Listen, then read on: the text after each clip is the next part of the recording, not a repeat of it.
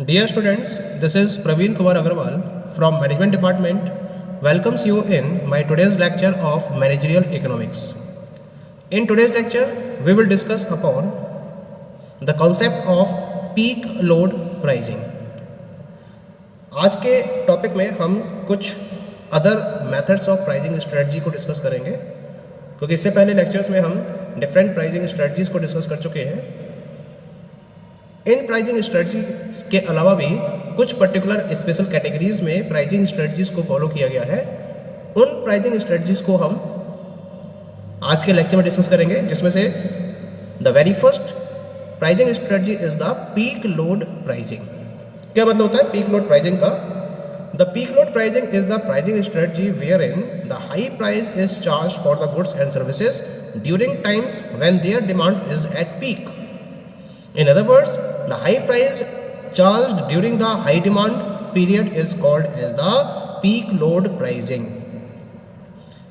यानी कि हम इस प्राइसिंग स्ट्रेटजी को उस सिचुएशन में फॉलो करते हैं जहां जब किसी पर्टिकुलर प्रोडक्ट की डिमांड पीक पर होती है, टॉप पर होती है, तो उस समय उसके लिए हाई प्राइजेस को चार्ज किया जाता है। यानी कि हम उन पर्टिकुलर प्रोडक्ट्स की डिमांड की बात कर रहे हैं जिनकी डिमांड कभी हाई लेवल पर होती है और कभी उनकी डिमांड लोअर लेवल पर होती है। और जब उनकी डिमांड हाईएस्ट लेवल पर होती है या हाई लेवल पर होती है तो कंपनीज क्या करती हैं, उस पर्टिकुलर सिचुएशन में प्रोडक्ट के हाई चार्जेस को फॉलो करती हैं। तो हम इस स्ट्रेटजी को पीक लोड प्राइसिंग स्ट्रेटजी का नाम देते हैं। और जब उनकी डिमांड कम होती है तो सेम प्रोडक्ट के लिए वो कम प्राइजेस को चार्ज करती हैं। Then this strategy is known as the peak load pricing. Actually क्या है? This is one type of price discrimination, and this type of price discrimination is based on the efficiency.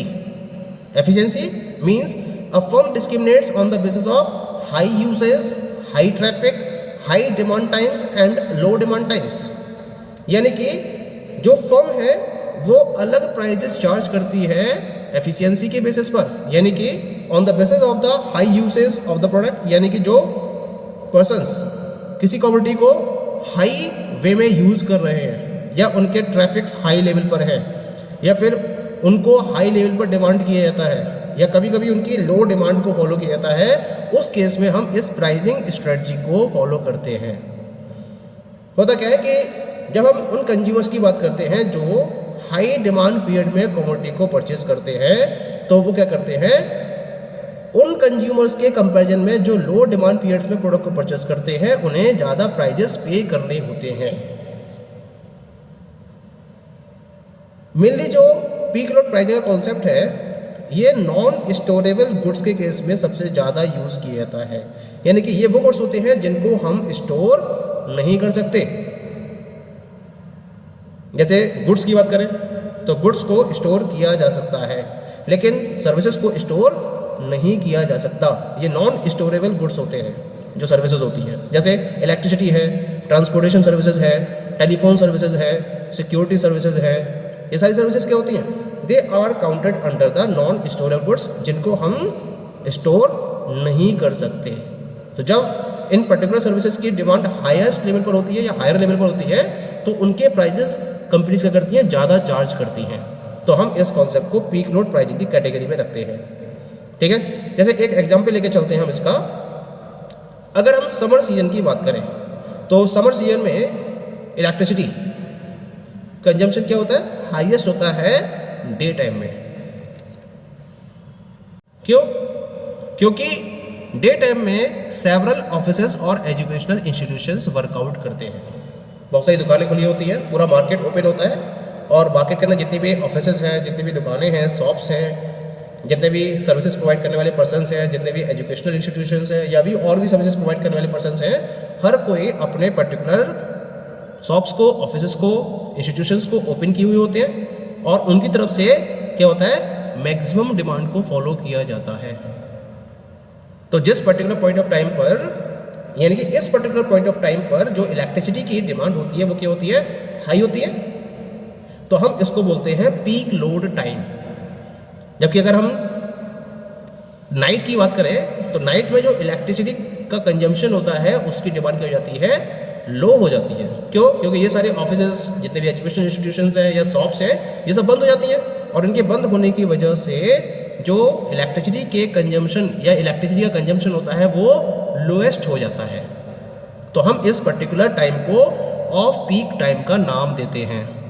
अब होता क्या है, जो इलेक्ट्रिसिटी कंपनी है, जो firm है, that firm will charge a relatively higher price during the daytime as compared to the price charged at night। यानी कि दिन में जब डिमांड ज़्यादा है, जो पीक लोड टाइम है, वहाँ प्राइजेस ज़्यादा चार्ज किए जाएंगे इलेक्ट्रिसिटी के, और जब डिमांड कम है तो उस समय चार्ज कम फॉलो किए जाएंगे प्रोडक्ट के या सर्विसेज के। तो हम इसको ऑफ पीक चार्जेस का नाम देते हैं, और इस प्राइसिंग स्ट्रेटजी को हम पीक लोड प्राइसिंग की कैटेगरी में रखते हैं। पीक लोड प्राइसिंग के कॉन्सेप्ट को हम एक पर्टिकुलर डायग्राम की हेल्प से इजीली समझ सकते हैं कि किस तरह से कंपनी ज़्यादा डिमांड के केस में ज़्यादा प्राइस चार्ज करेगी और कम डिमांड के केस में कम प्राइजेस को चार्ज करेगी। ये मैंने एक डायग्राम यहाँ रिप्रेजेंट किया है, जहाँ मैंने एक्स एक्सिस पर क्वांटिटी को रिप्रेजेंट किया है और वाई एक्सिस पर प्राइस को रिप्रेजेंट किया है। पहले हम बात करते हैं जब प्रोडक्ट के प्राइजेस या प्रोडक्ट की डिमांड D1 है, कम डिमांड है, यानी this is the off peak time, और इस ऑफ पीक टाइम में D1 डिमांड कर्व इसकी कम डिमांड को रिप्रेजेंट कर रहा है, यानी कि ये फर्म का एवरेज रेवेन्यू कर्व हो गया। इसी के करस्पॉन्डिंग हमने एक मार्जिनल रेवेन्यू कर्व MR1 को रिप्रेजेंट किया है, जो D1 के करस्पॉन्डिंग होगा। अब हमने फर्म के मार्जिनल कॉस्ट कर्व को रिप्रेजेंट किया, तो यहाँ मैंने जे शेप में फर्म के मार्जिनल कॉस्ट कर्व को रिप्रेजेंट कर रखा है। ये एज इट इज रहेगा, चाहे डिमांड ज़्यादा है या डिमांड कम है, लेकिन marginal cost curve as it is रहेगा, क्योंकि हम एक पर्टिकुलर फर्म के रेफरेंस में बात कर रहे हैं। यहाँ पर नाउ कंडीशन ऑफ इक्विलिब्रियम क्या है, मार्जिनल कॉस्ट और मार्जिनल रेवेन्यू एक दूसरे को जिस पॉइंट पर कट करते हैं, तो यहाँ पर मार्जिनल कॉस्ट और मार्जिनल रेवेन्यू ने जिस पॉइंट पर कट किया है उससे मैंने एक परपेंडिकुलर को ड्रॉ किया है, और इस परपेंडिकुलर के रेफरेंस में हमें एक प्राइस मिलता है, that is the OP1। That is clear to you? यानी कि जब डिमांड कम है, यानी कि ये ऑफ पीक टाइम है, तो उस समय फर्म अपने प्रोडक्ट के प्राइजेस चार्ज कर रही है, that is equal to OP1। अब सपोज करिए कि फर्म की जो डिमांड है वो बढ़ गई और पीक लोड टाइम स्टार्ट हो गया। पीक लोड टाइम में जो इसकी डिमांड है इट बिकम्स D2, जैसे कर्व आपको दिखाई दे रहा है D2 कर्व, और इस D2 कर्व के करस्पॉन्डिंग जो मार्जिनल रेवेन्यू कर्व है that is equal to MR2। अब कंडीशन ऑफ इक्विलिब्रियम अप्लाई करी मैंने, मार्जिनल रेवेन्यू और मार्जिनल कॉस्ट को इक्वल होना चाहिए, तो जिस पॉइंट पर MR2 और MC कट कर रहे हैं उसके करस्पॉन्डिंग मैंने एक परपेंडिकुलर ड्रॉ करा है, और इस परपेंडिकुलर के करस्पॉन्डिंग जो प्राइस मुझे ऑब्टेन हुआ है that is equal to OP2। That is clear to you? यानी कि जब डिमांड बढ़ी तो फर्म क्या कर रही है, ज़्यादा प्राइजेस चार्ज कर रही है। तो when the demand is D1 then the price is OP1। When the demand increases from D1 to D2 prices also increases from OP1 to OP2। तो इस तरीके से फर्म क्या कर रही है, कम डिमांड के केस में कम प्राइजेस चार्ज कर रही है और ज़्यादा डिमांड के केस में ज़्यादा प्राइजेस चार्ज कर रही है। तो हम इस प्राइसिंग स्ट्रेटजी को पीक लोड प्राइसिंग स्ट्रेटजी के नाम से जानते हैं। Okay, the second one is the limit pricing strategy. क्या होती है ये limit pricing strategy? Limit pricing is a pricing strategy a monopolist may use to discourage entry of new firms in the market or monopoly market. If a monopolist set its profit maximizing price which is achieved when MR is equal to MC, यानी कि marginal revenue marginal cost के equal होता है, then the level of supernormal profit would be so high it attracts new firms into the market. तो इससे मतलब क्या होगा, उसकी जो मोनोपोली सिचुएशन है, ये जो मोनोपोली व्यवस्था है वो खत्म हो जाएगी। अब इसको बचाया कैसे जाए, तो इसके लिए लिमिट प्राइसिंग के कॉन्सेप्ट को फॉलो किया जाता है। Limit pricing involves reducing the price sufficiently to discourage entry of the firm. It leads to less profit than possible in the short term, but it can enable the firm to retain its monopoly position and long term profitability. यानी कि अगर मैं इसको conclude करूं तो इस strategy को monopolist के द्वारा फॉलो किया जाता है, जहां मार्केट में मोनोपोली होती है उसकी, और ये क्या करता है, दूसरी फर्म्स की एंट्री को डिस्करेज करने के लिए इस प्राइसिंग स्ट्रेटजी को फॉलो करता है। क्या होता है कि अगर जो मोनोपोली फर्म है वो अपने प्रोडक्ट के प्राइस को इस लेवल पर सेट करे जहां उसका प्रॉफिट मैक्सिमाइज हो रहा है, यानी कि जहां उसका मार्जिनल रेवेन्यू उसके मार्जिनल कॉस्ट के इक्वल है, उसके बेसिस पर वो मैक्सिमम प्रॉफिट के अकॉर्डिंग अगर अपने प्रोडक्ट के प्राइस को डिसाइड करेगी तो उसका जो level of super normal profit है वो क्या होगा, वो बहुत ज़्यादा होगा। और उसके बहुत ज़्यादा होने की वजह से जो नई फर्म्स हैं वो अट्रैक्ट होंगी उस मार्केट के लिए। अब उन मार्केट में फर्म्स को डिस्करेज करने के लिए, उनकी एंट्री को डिस्करेज करने के लिए वो क्या करेगा, वो एक लिमिट सेट करेगा अपने प्राइसिंग की। और इसके लिए वो क्या करेगा, जो उसके एग्जिस्टिंग प्राइस थे उनसे कम प्राइस पर अपने प्रोडक्ट को सेल करना स्टार्ट कर देगा और एक लिमिट डिसाइड कर देगा। और इस तरह से लिमिट डिसाइड करेगा जिससे कि जो फर्म्स हैं जो एंटर करना चाह रही थी वो अब एंटर करने की पोजीशन में ना रह जाए।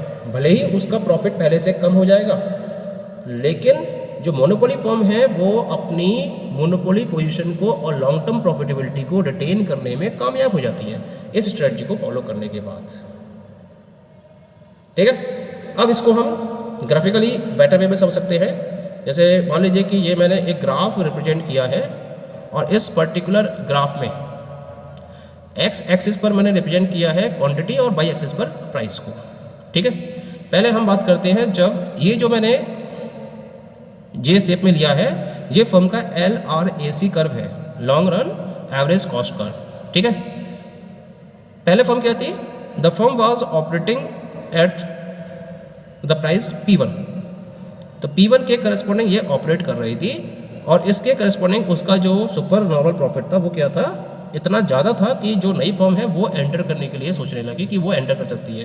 तो ये मैंने डॉट से एक नई फर्म को रिप्रेजेंट किया है। ठीक है, अगर ये नई फर्म अपने बिजनेस को ऑपरेट करती है तो उस केस में क्या होगा, कंपटीशन बढ़ जाएगा और जो मोनोपोली सिचुएशन है मोनोपोलिस्ट की वो खत्म हो जाएगी। तो इसके लिए क्या करा, इसने अपने प्राइस को OP1 से कम करके क्या कर दिया, OP2 कर दिया। अब ये क्या हुआ, जो OP2 प्राइस किया गया तो नई फर्म जब सोच रही थी तो इसकी कॉस्ट जो थी उससे भी कम कर दिया। तो ये एक तरीके से फर्म के लिए क्या हो गई, लूजिंग सिचुएशन हो गई।